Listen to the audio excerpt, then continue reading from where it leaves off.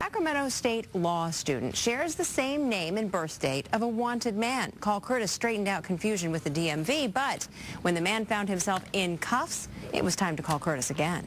Boy, oh boy, has this been a mess. Michael Taylor found himself thrown in the back of a patrol car last month, and our investigation took a new turn. Confused with a crook. Just when we thought we got the DMV to clear this guy's name, he finds himself in handcuffs. He says, there's 2 warrants out for your arrest in Sacramento. You're under arrest. He's got the same name as a guy with criminal problems. So why does this thing keep happening? Why can't the state tell the 2 men apart? Did you think you were going to jail? Yes. We came back here to the DMV to figure out why their fix didn't stick. We follow the trail, going from agency to agency to agency, trying to crack the case. Is anybody willing to help this guy out? Sorry he had to go through all of that. Mistaken identity. Can we get his record fixed once and for all? Our investigation continues later tonight here on the CBS 13 News at 10. Okay, that guy couldn't catch a break for a while, huh? No, certainly not, except when Kurtis came to the rescue. Well, in case of mistaken identity, we talked about this last night. We told you about a Call Kurtis investigation, and they got the DMV to clear up some confusion. There was a Sacramento pre-law student, Sacramento State student. He was getting mixed up with a guy with the same name who had a criminal background. Okay, bad enough, but when he found himself in handcuffs once again, Kurtis got another call. Well, his name is Michael Taylor. Sure, that's a pretty common name, but he says it's no reason for law enforcement to keep treating him like a crook when he has done nothing wrong.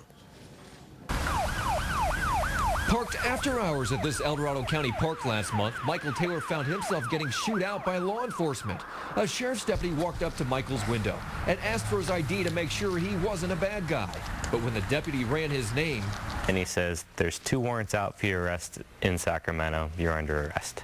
Michael was told to step out of the car. He pushed my head down and he handcuffed me. He knew the warrants were not his. It's a path he's been down before. Here we go again. As we first told you last night, Michael Taylor keeps getting confused with a guy in the Sacramento region with the same first and last name and same exact birth date, right down to the year. And this other Michael Taylor, which has a different middle name, has a criminal record. His past somehow popped up on this Michael Taylor's DMV record, costing him a job with autistic kids, driving up the cost of his car insurance, and then there's the extra scrutiny he gets whenever he's pulled over. It was a problem the DMV assured us was fixed after we got involved. Apparently not. Did you think you were going to jail? Yes. Michael says last month he was in the back of that patrol car for 45 minutes, and he says it was tough to convince the deputy he had the wrong guy. I know everybody has a story. Everybody says it's not me, I'm innocent. Please let me explain to you this because I promise you it's the truth and I have evidence that it's the truth. Eventually, the deputy realized he didn't fit the description of the guy with the warrants and let him go. But he is tired of being treated like a crook when he did not commit the crimes. Your job is to catch the criminals, so catch the criminals. You have a procedure, follow the procedure. You're part of the justice system, and you're being unjust, and you're being a hypocrite. We came back here to the DMV to figure out why their fix didn't stick. They checked with their database, and they said it was fixed. So we reached out to the Sacramento Sheriff's Department. After all, the warrants were out of Sacramento County. But they told us, nope, not their problem. Try the courts. Sacramento County Court told us it wasn't their problem. Try the CHP. The CHP sent us back to the courts. And finally, somebody here at the courts looked into it. Sorry he had to go through all of that. Marcia Barclay, Director of Operations at Sacramento Superior Court, found the mistake in its database, tying this Michael Taylor to the other guy's 2 warrants. But how did that happen? I don't know. That's an honest answer. We really don't know.